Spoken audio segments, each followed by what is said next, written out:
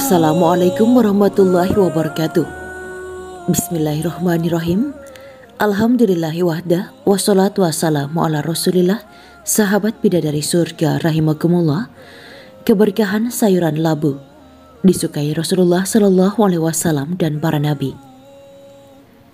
Aneka jenis labu yang bisa dikonsumsi manusia, selain sehat rasanya juga nikmat, sangat disuka Rasulullah Shallallahu Alaihi Wasallam.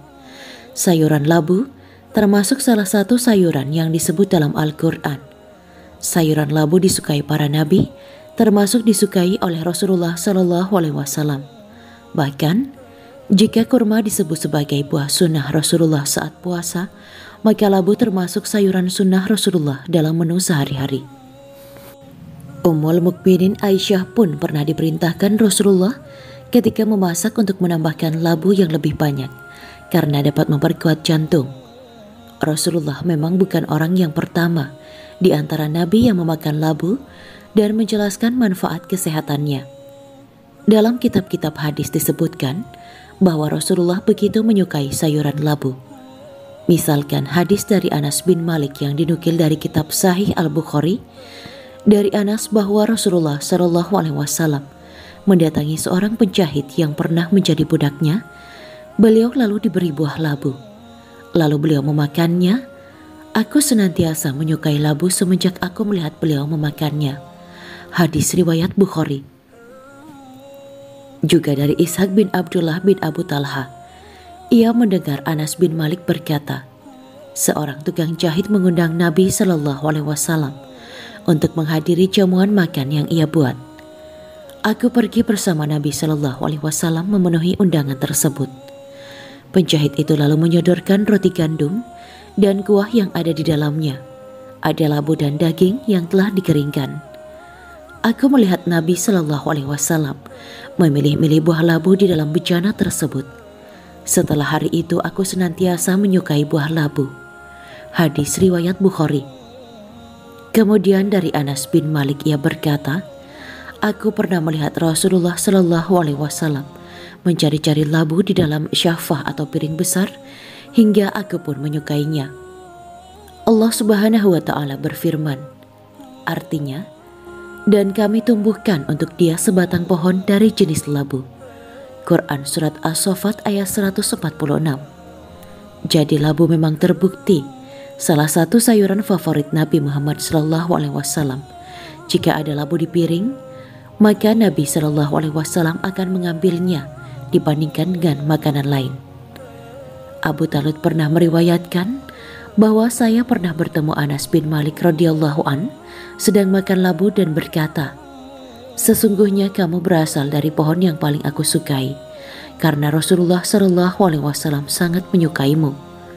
Dalam Al-Ghalaniyat disebutkan sebuah hadis dari Hisham bin Urwah dari ayahnya, dari Aisyah radhiyallahu an yang menceritakan, Rasulullah Shallallahu Alaihi Wasallam pernah berkata kepadaku, wahai Aisyah, jika kamu memasak makanan, perbanyaklah jumlah labu.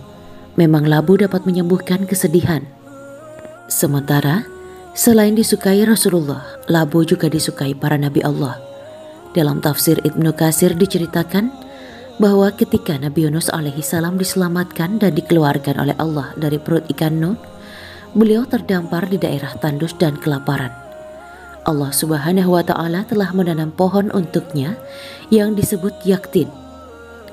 Para mufassirain yang menafsirkannya sebagai pohon labu. Kisah ini disebutkan dalam Al-Quran Surat As-Saffat ayat 142 sampai 146. Mengapa labu? Allah Subhanahu wa Ta'ala menanam pohon labu untuk Nabi Yunus karena kandungan labu menjadi tempat perlindungan dan obat. Daun labu kuning yang banyak dan lebar sebagai pelindung Nabi Yunus dari panasnya terik matahari di pantai terbuka tanpa pepohonan. Daun labu tidak disukai lalat dan menjadi pelindung dari lalat dan gangguannya. Buahnya bisa dimakan mentah tanpa harus dimasak. Sifatnya yang merayap di tanah dan mudah dikutip oleh Nabi Yunus.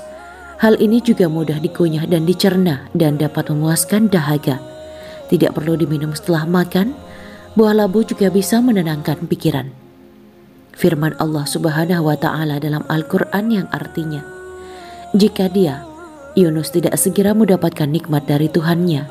Niscaya dia akan dilemparkan ke tanah tandus dalam keadaan tercela. Kemudian Tuhannya memilih dia dan menjadikannya termasuk orang-orang yang bertakwa. Quran Surat Al-Qalam ayat 49-50. Begitulah labu merupakan salah satu contoh makanan halalan thayyibat yang disebutkan dalam hadis. Rasulullah pun juga menyukainya dan memakannya. Disebutkan dalam literatur makanan bergizi bahwa labu kuning merupakan sayuran yang mengandung berbagai manfaat bagi kesehatan tubuh. Secangkir labu dapat memenuhi kebutuhan vitamin A lebih dari 100% dan vitamin C sebesar 20%. Labu juga mengandung vitamin E, riboflavin, potasium, tembaga, dan mangan 10% dan tiamin, B6, folat, asam pantotenat, niacin, besi, magnesium, dan fosfor sebanyak 5%. Labu kuning kaya akan nutrisi seperti kalium, antioksidan, dan vitamin. Nutrisi dalam satu cangkir labu kuning rebus tanpa garam antara lain 49 kalori, 1,76 gram protein, 0,17 gram lemak, 12 gram karbohidrat, 2,7 gram serat, dan 5,1 gram gula. Disebut oleh Nabi, inilah sayuran yang dapat mengobati kesedihan hati. Sayuran ini selain disebut di dalam Al-Quran, juga merupakan salah satu sayuran kesukaan Nabi Muhammad. Dari banyak tanaman di bumi, ada satu sayuran yang berkhasiat mengobati kesedihan hati. Hal ini disebutkan oleh Nabi Muhammad SAW dalam satu sabdanya. Sayuran ini juga diabadikan dalam Al-Quran dan banyak-banyak tumbuh di Indonesia. Sayuran apakah itu? Mari kita simak firman Allah berikut. Kemudian dia kami tumbuhkan sebatang pohon dari jenis labu. Quran Surat As-Saffat ayat 146. Labu dalam bahasa Indonesia merupakan sarapan dari bahasa Sanskerta alabu.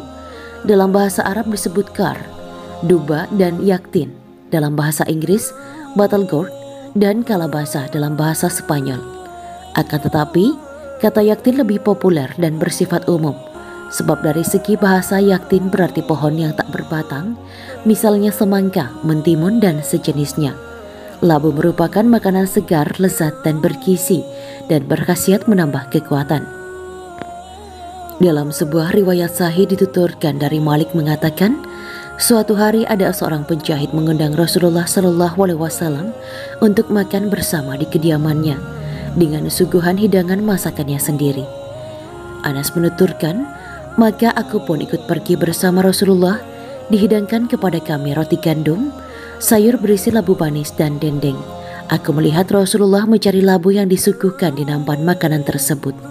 Sejak itulah aku gemar menyantap labu.